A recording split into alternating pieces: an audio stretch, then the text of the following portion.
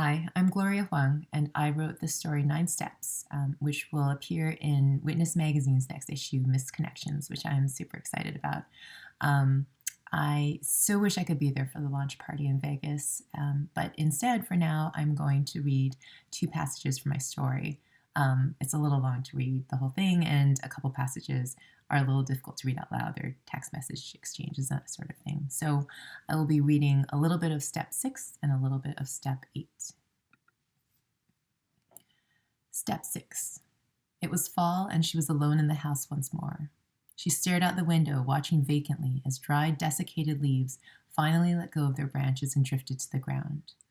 1, 2, 1, 2. She wasn't even counting them. That would take too much effort. A slight movement drew her attention away from the ballet of falling leaves. She leaned closer to the glass and squinted, trying to tune the blur of leaves and trees into focus. Another movement, a mere shift of color and shape. She found herself staring into bright yellow eyes. By the time she got outside, the eyes had disappeared. She walked into the trees, parting them carefully and stepping onto the soft underbrush. A high-pitched noise rose from her right, and an animal stepped out from the tall grass. The creature was feline, with long hair surrounding its face so that it resembled a small lion. Bobcat, she thought wondrously. The animal mewed again, then trotted away from her. When it was several feet away, it glanced back and waited. She began to follow it slowly, certain that at any moment it would dart into the bushes. The bobcat waited until she was 5 feet away, then it set off again. She followed it deeper into the forest until suddenly the bobcat leapt into the air and disappeared. She froze, confused and a little frightened. Glancing around wildly, she confirmed there was nothing around her but trees, grass, underbrush, dirt, and weak speckled sunlight that squeezed between branches. Then she heard another high-pitched noise, followed by a chorus of tinny squeaks. Inching forward, she saw that the ground dropped suddenly off a small cliff. She peered over the edge. A clump of fir shifted restlessly under a dirt overhang. It took her a moment to realize the clump of fir was comprised of several clumps of fir pressed together, bobcat kittens pushing and curling against each other. The larger bobcat nudged the edges of the kitten pile, licking and mewing as she circled. She watched them for several minutes as an idea grew in her mind. Reaching inside her jacket pocket, she shifted through balls of paper-wrapped gum, discarded coins and buttons, and the most special rocks her children had handed over the past month. Her fingers closed around a pile of slippery papers. On the way back, she placed a small sticker on the trunk of every fifth tree. When she got home, she collected a bottle of milk, a paper bowl, and an open can of tuna.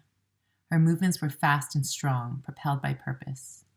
Returning to the bobcats, she arranged the milk and tuna a safe distance away, but they did not even wait until she had retreated before approaching to investigate the food. She watched them lapping at the milk, her heart full. Now we're going to skip to step 8. It started out as a fever, not even particularly high, a rosiness in his cheeks, a brighter shine in his eyes. Yet he was the youngest, so everyone made a big deal about it. He seemed to enjoy the attention. 3 days later, he was coughing almost constantly. She watched helplessly as he drew in rattling, shaking breaths of air and expelled them violently, his small body nearly convulsing from the effort. Once she placed both hands over her lower abdomen, remembering when he lived in the safety of her body, encased by her blood, her flesh, the cage of her bones. She wanted to wrap her arms around him and protect him from every harm in the world, but whatever was happening inside him was warring a battle she couldn't reach. The fever rose and fell, riding unpredictable waves of heat and chills that made her heart pound every time she pulled the thermometer from his mouth.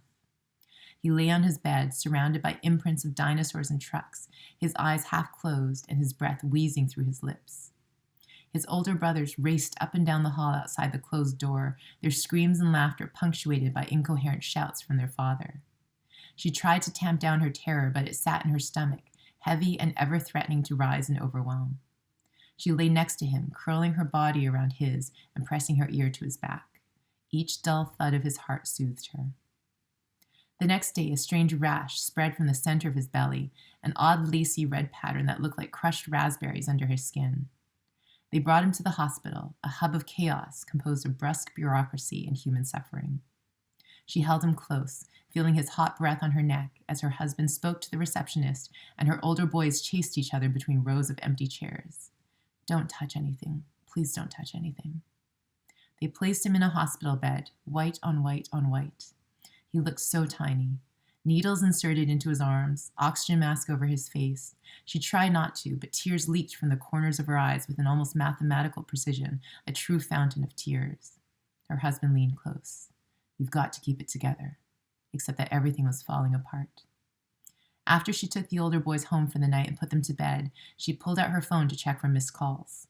A text message notification lit up. 6 missed messages. She sank to her knees and cradled the phone to her chest.